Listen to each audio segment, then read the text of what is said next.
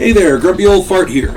Due to YouTube's changing quote-unquote community standards, I created a channel called Grumpy Old Fart over on Rumble, a free speech alternative to YouTube. You can see all of my stuff over there, including my political and social commentary, as well as my current events videos.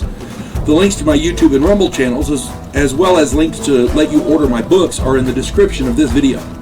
If you enjoy my content, please like, share, subscribe, and comment. I welcome your comments, even if you disagree with me. Now, on with the video. Hey there, Grumpy Old Fart here. I'm doing an advanced Dungeons & Dragons advice video on meeting up. This video is primarily for Dungeon Masters, but I guess it'd be okay for players to see it as well. When I started playing Dungeons & Dragons back in the 70s, the impetus of the game was the adventure itself. Consequently, we had most games starting with the Dungeon Master saying, okay, so you all meet up at a tavern and decide to adventure together. Yeah, that was what they did. Most characters were on sheets of notebook paper. The game was in its infancy. The Dungeon Master craft was new at the time, and most of them, as well as their players, didn't really care about preamble or setup. It was more like, we've got a magic user, a cleric, a thief, and a few fighters, so where's the dungeon? You know, that was basically it. Those days are long gone. These days, players come up with intricate backstories for their characters. They fill out notebooks with a profile for their playing pieces in this world, their characters. The Dungeon Master is expected to incorporate all of this information into his campaign so that each player character is relevant to the storyline, the plot, and the world in general. And God forbid if one of those intricate and integral pieces of the story die, the player will make up a new character with a new backstory and profile, which the Dungeon Master then must incorporate seamlessly into his storyline. Imagine, if you will, a paladin of Odin, leading the group through an underground odyssey of exploration and discovery in search of mystical MacGuffin number 3, which is necessary for the survival of the world. Then he dies and cannot be brought back, for whatever reason. The player then creates a dastardly thief who would more likely help the villain rather than the group.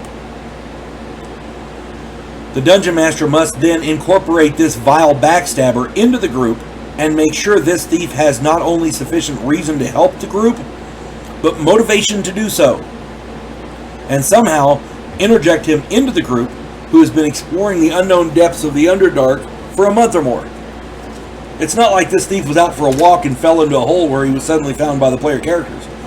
His sudden appearance has to be explainable and believable. Being a Dungeon Master is no walk in the park. What I do, and what I also recommend, is to tell the player that he will have to wait until the next game to get his character into the adventure, the next game session. After the game, the Dungeon Master should contact the player and let him know that you're going to need to run his new character solo so that you can work him into the game. You do this before the next regular game session. That way the player has answers when the rest of the party asks those embarrassing questions like, who are you and how did you get here? You know, that kind of thing. If that luxury of time is not available, the only real option you have is to let the player create his new character while you continue running the game. When he is ready, you give the rest of the players a break while you run him solo to get his player character into the game. It's kind of chintzy, but I see no other real options. I mean, it's tough. It really is.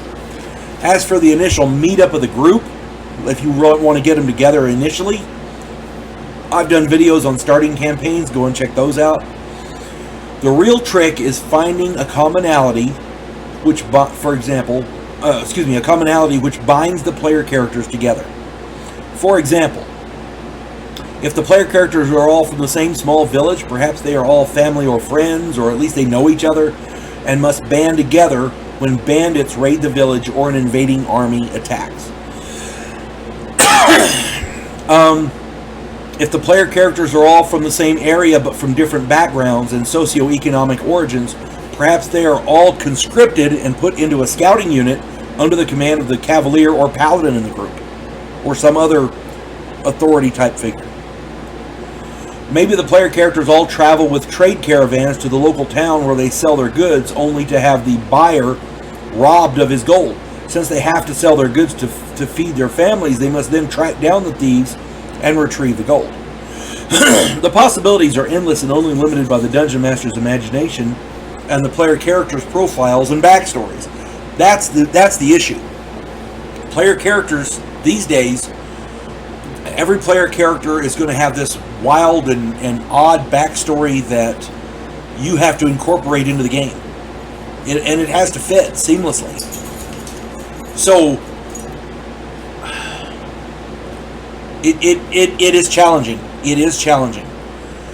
But with a little imagination and a little ingenuity, yeah, it is possible and it is doable, and it's, like I said, being a dungeon master is no walk in the park. That's all I got to say. I hope this finds everybody well. You folks have a good day. God bless one and all. Devo Poland, a scientific representative of a pacifist race called the Gandhiri, is sent away as an exchange officer. His objective? To learn the one skill his species never developed: to fight. And he's sent to learn that skill from the one species who does it better than any other in the galaxy: humans. If you like science fiction with an upbeat military tone, check out my novel, Vanguard 1.